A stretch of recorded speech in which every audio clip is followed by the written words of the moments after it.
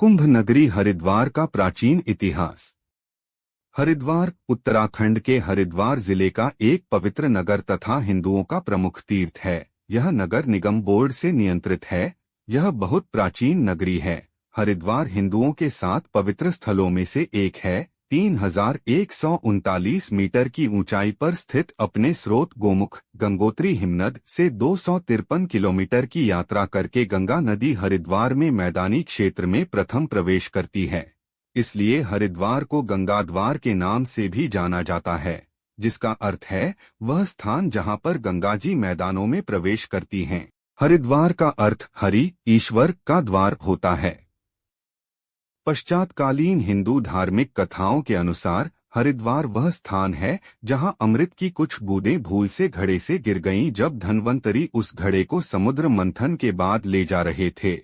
ध्यातव्य है कि कुंभ या महाकुंभ से संबद्ध कथा का उल्लेख किसी पुराण में नहीं है। प्रक्षिप्त रूप में ही इसका उल्लेख होता रहा है। आथ कथा का रूप भी भिन्न भिन्न रहा है। मान्यता है कि 4 स्थानों पर अमृत की बूंदें गिरी थीं। वे स्थान हैं उज्जैन, हरिद्वार, नासिक और प्रयाग। इन चारों स्थानों पर बारी बारी से हर 12वें वर्ष महाकुंभ का आयोजन होता है। एक स्थान के महाकुंभ से 3 वर्षों के बाद दूसरे स्थान पर महाकुंभ का आयोजन होता है। इस प्रकार 12वें वर्ष में एक चक्र पूरा होकर फिर पहले स्थान पर महाकुंभ का समय आ जाता है। पूरी दुनिया से करोड़ों तीर्थयात्री, भक्तजन और पर्यटक यहाँ इस समारोह को मनाने के लिए एकत्रित होते हैं और गंगा नदी के तट पर शास्त्र विधि से स्नान इत्यादि करते हैं।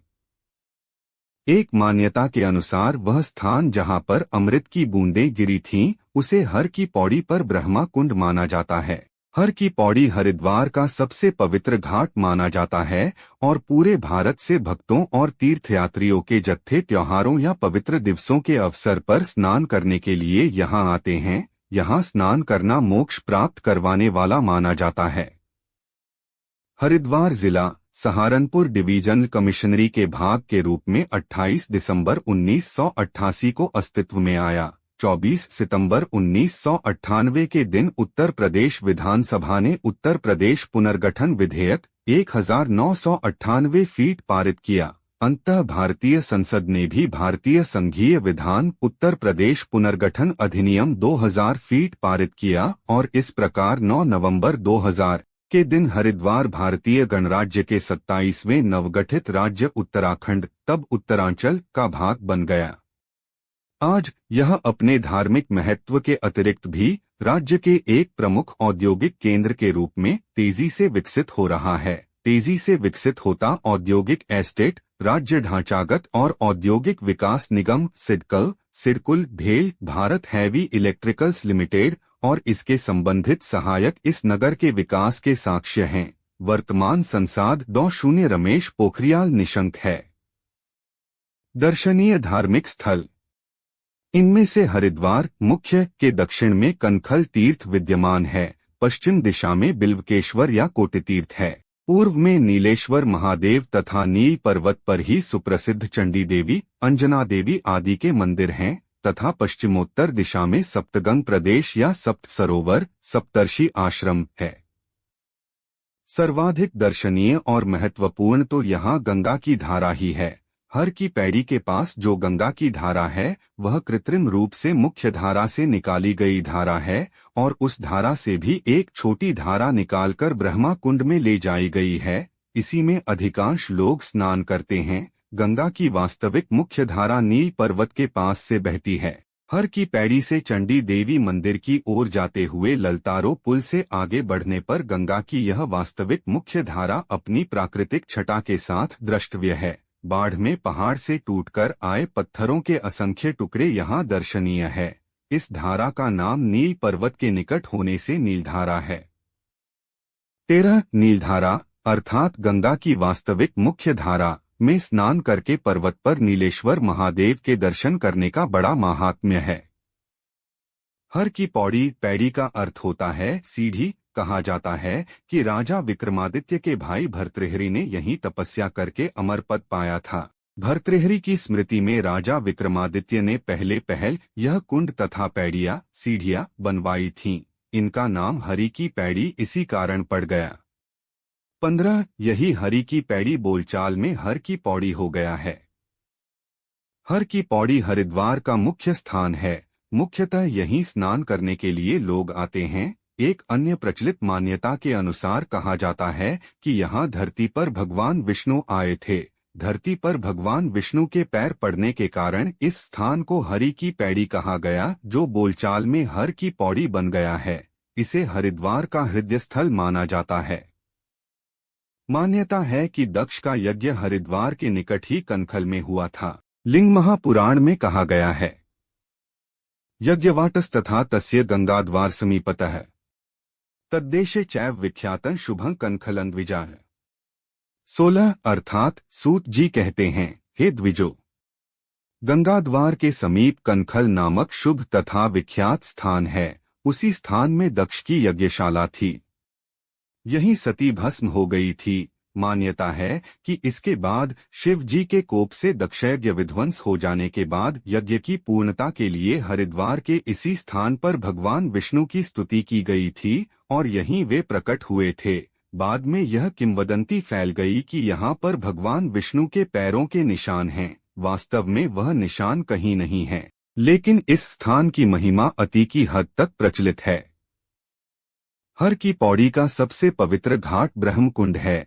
संध्या समय गंगा देवी की हर की पौड़ी पर की जाने वाली आरती किसी भी आगंतुक के लिए महत्वपूर्ण अनुभव है। स्वरों व रंगों का एक कौतुक समारोह के बाद देखने को मिलता है, जब तीर्थयात्री जलते दियों को नदी पर अपने पूर्वजों की आत्मा की शांति के लिए बहाते हैं। विश्व भर से हजारों लोग अपनी हरिद्वार यात्रा के समय इस प्रार्थना में उपस्थित होने का ध्यान रखते हैं। चंडी देवी मंदिर। माता चंडी देवी का यह सुप्रसिद्ध मंदिर गंगा नदी के पूर्वी किनारे पर शिवालिक श्रेणी के नील पर्वत के शिखर पर विराजमान है। यह मंदिर कश्मीर के राजा सुचत सिंह द्वारा 1929 ईस्वी में बनवाया गया था। स्कंद पुराण की एक कथा के अनुसार स्थानीय राक्षस राजाओं शुंभनिशुंभ के सेनानायक चंडमुंड को देवी चंडी ने यहीं मारा था, जिसके बाद इस स्थान का नाम चंडी देवी पड़ गया। मान्यता है कि मुख्य प्रतिमा की स्थापना 8वीं सदी में आदि शंकराचार्य ने की थी। मंदिर चंडी घाट से 3 किलोमीटर दूरी पर स्थित है। मनसा देवी की तुलना में यहाँ की चढ़ाई कठिन है, किंतु यहाँ चढ़ने उतरने के दोनों रास्तों में अनेक प्रसिद्ध मंदिर के दर्शन हो जाते हैं। अब रोपवे ट्राली सुविधा आरंभ हो जाने से अधिकांश यात्री सुगमतापूर्वक उसी से यहाँ जाते हैं, लेकिन लंबी कतार का सामना करना पड़ता है। माता चंडी देवी के भव्य मंदिर के अतिरिक्त यहाँ दूसरी ओर संतोषी माता का मंदिर भी है। साथ ही एक और हनुमान जी की माता अंजना देवी का मंदिर तथा हनुमान जी का मंदिर भी बना हुआ है। यहाँ की प्राकृतिक शोभा दर्शनीय है। मोरों को टहलते हुए निकट से सहज रूप में देखा जा सकता है। मनसा देवी मंदिर। हर की पैड़ी से प्रायः पश्चिम की ओर शिवालिक श्रेणी के एक पर्वत शिखर पर मनसा देवी का मंदिर स्थित है। मनसा देवी का शाब्दिक अर्थ है वह देवी जो मन की इच्छा मनसा पूर्ण करती हैं। मुख्य मंदिर में 2 प्रतिमाएं हैं, पहली 3 मुखों व 5 भुजाओं के साथ, जबकि दूसरी 8 भुजाओं के साथ। मनसा देवी के मंदिर तक जाने के लिए यूं तो रोपवे ट्राली की सुविधा भी आरंभ हो चुकी है और ढेर सारे यात्री उसके माध्यम से मंदिर तक की यात्रा का आनंद उठाते हैं, लेकिन इस प्रणाली में लंबे समय तक प्रतीक्षा करनी होती है। इसके अतिरिक्त मनसा देवी के मंदिर तक जाने हेतु पैदल मार्ग भी बिल्कुल सुगम है। यहाँ की चढ़ाई सामान्य है। सड़क से 187 सीढ़ियों के बाद लगभग 1 किलोमीटर लंबी पक्की सड़क का निर्माण हो चुका है, जिस पर युवा लोगों के अतिरिक्त बच्चे एवं बूढ़े भी कुछ कुछ देर रुकते हुए सुगमता पूर्वक मंदिर तक पहुँच जाते हैं। इस यात्रा का आनंद ही विशिष्ट होता है। इस मार्ग से हर की पैड़ी, वहां की गंगा की धारा तथा नील पर्वत के पास वाली गंगा की मुख्य धारा नीलधारा एवं हरिद्वार नगरी के एकत्र दर्शन अपना अनोखा ही प्रभाव दर्शकों के मन पर छोड़ते हैं।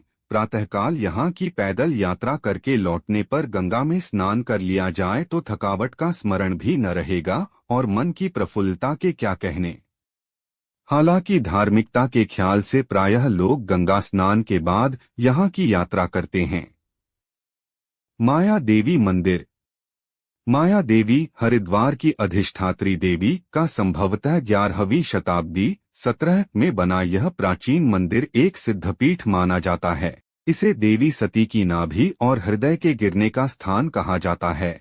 यह उन कुछ प्राचीन मंदिरों में से एक है जो अब भी नारायणी शिला व भैरव मंदिर के साथ खड़े हैं। वैष्णो देवी मंदिर। हर की पैड़ी से करीब 1 किलोमीटर दूर भीमगोड़ा तक पैदल या ऑटो रिक्शा से जाकर वहां से ऑटो द्वारा वैष्णो देवी मंदिर तक सुगमतापूर्वक जाया जा सकता है। यहाँ वैष्णो देवी का भव्य मंदिर बना हुआ है। जम्मू के प्रसिद्ध वैष्णो देवी की अत्यधिक प्रसिद्धि के कारण इस मंदिर में वैष्णो देवी की गुफा की अनुकृति का प्रयत्न किया गया है। इस भव्य मंदिर में बाईं ओर से प्रवेश होता है। पवित्र गुफा को प्राकृतिक रूप देने की चेष्टा की गई है। मार्ग की दुर्गमता को बनाए रखने का प्रयत्न हुआ है। हालांकि गुफा का रास्ता तय करने में कोई कठिनाई नहीं होती है। हाँ, अकेले नहीं जाकर 2-3 आदमी साथ में जाना चाहिए। बाईं ओर से बढ़ते हुए घुमावदार गुफा का लंबा मार्ग तय करके माता वैष्णो देवी की प्रतिमा तक पहुंचा जाता है। वहीं 3 पिंडियों के दर्शन भी होते हैं।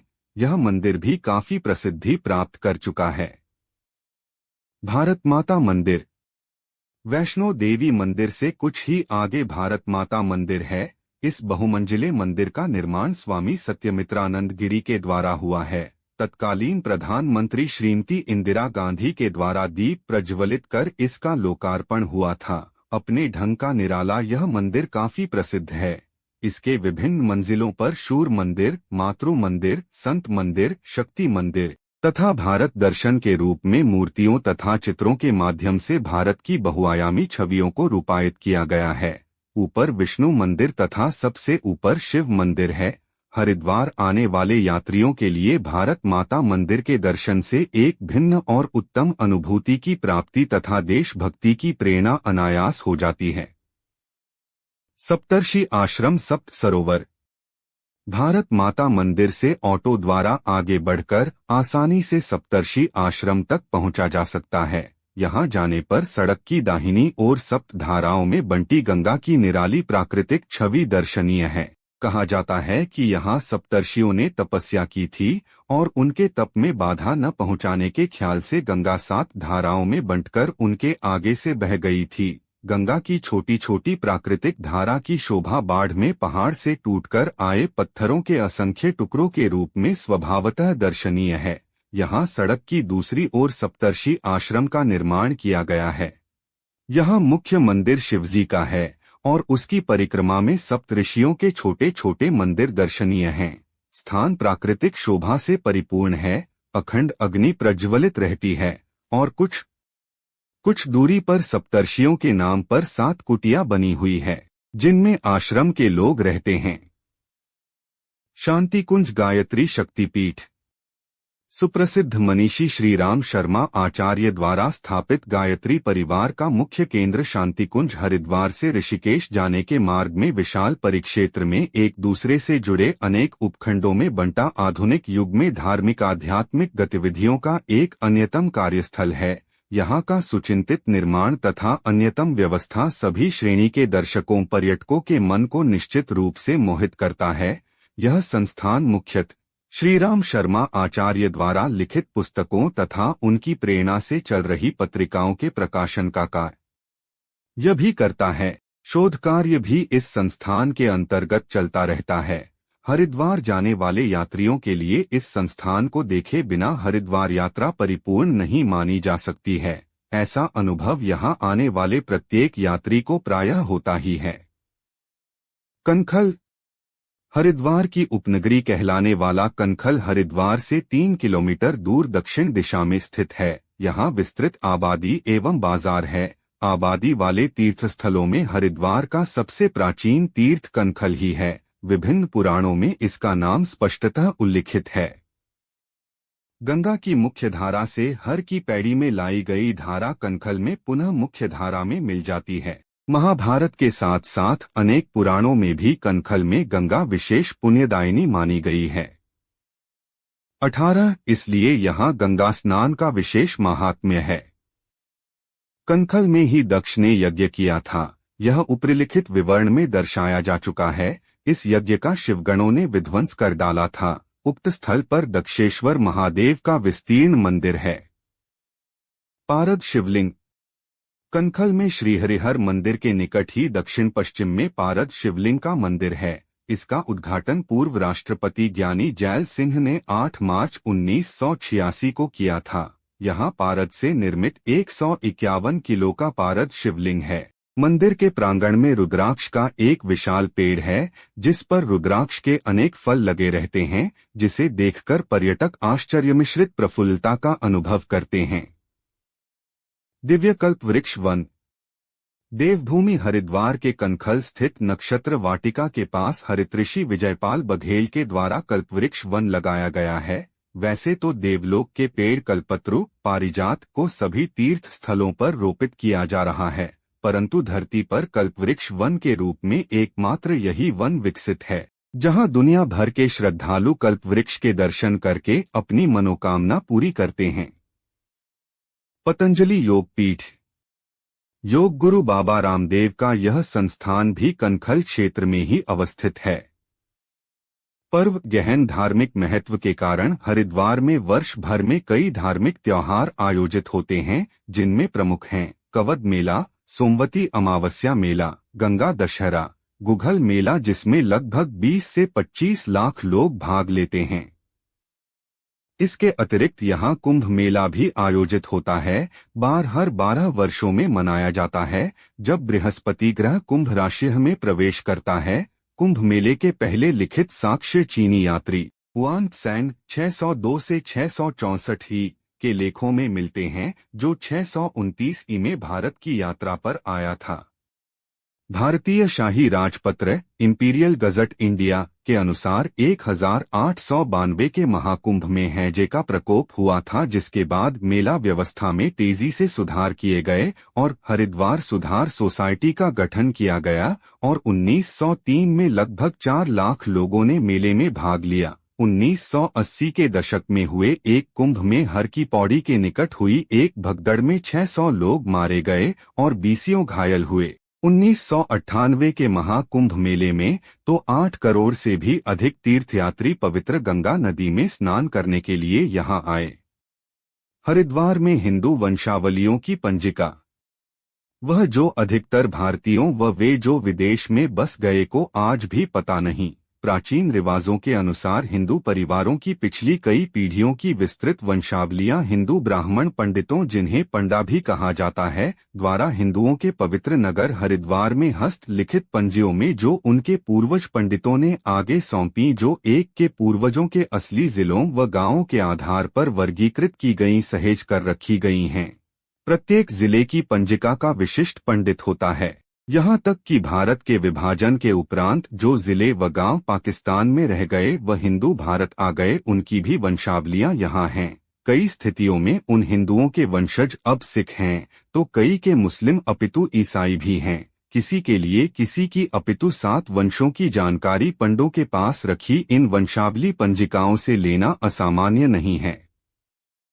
शताब्दियों पूर्व जब हिंदू पूर्वजों ने हरिद्वार की पावन नगरी की यात्रा की, जो कि अधिकतर तीर्थयात्रा के लिए या व शव दाह या स्वजनों के अस्थि व राख का गंगा जल में विसर्जन, जो कि शव दाह के बाद हिंदू धार्मिक रीति रिवाजों के अनुसार आवश्यक है, के लिए की होगी, अपने परिवार की वंशावली के धारक पंडित के पास जाकर पंजियों में उपस्थित वंश वृक्ष को संयुक्त परिवारों में हुए सभी विवाहों, जन्मों व मृत्युओं के विवरण सहित नवीनीकृत कराने की एक प्राचीन रीति है। वर्तमान में हरिद्वार जाने वाले भारतीय हक्के बक्के रह जाते हैं, जब वहां के पंडित उनसे उनके नितांत अपने वंश वृक्ष को नवीनीकृत कराने को कहते हैं। यह खबर उनके नियत पंडित तक जंगल की आग की तरह फैलती है। आजकल जब संयुक्त हिंदू परिवार का चलन खत्म हो गया है, वह लोग नाभिकीय परिवारों को तरजीह दे रहे हैं।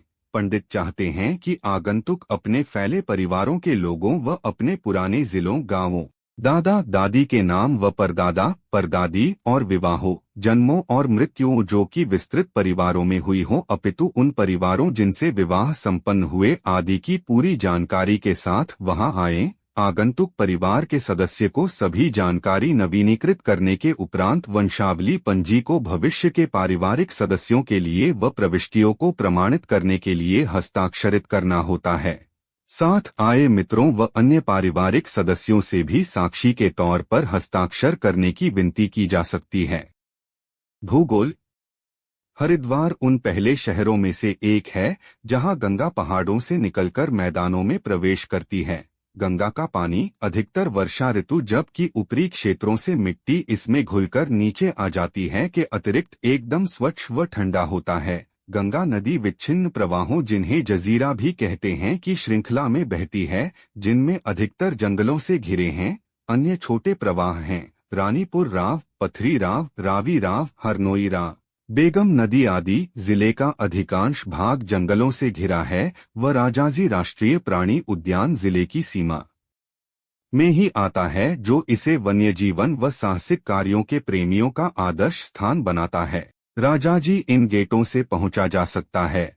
रामगढ़ गेट व मोहंद गेट जो देहरादून से 25 किलोमीटर पर स्थित है, जबकि मोतीचूर, रानीपुर और चिल्ला गेट हरिद्वार से केवल 9 किलोमीटर की दूरी पर हैं। कुनाव गेट ऋषिकेश से 6 किलोमीटर पर है। लालधन गेट कोटवारा से 25 किलोमीटर पर है। 2360 वर्ग किलोमीटर क्षेत्र से घिरा हरिद्वार जिला भारत के उत्तराखंड राज्य के दक्षिण पश्चिमी भाग में स्थित है।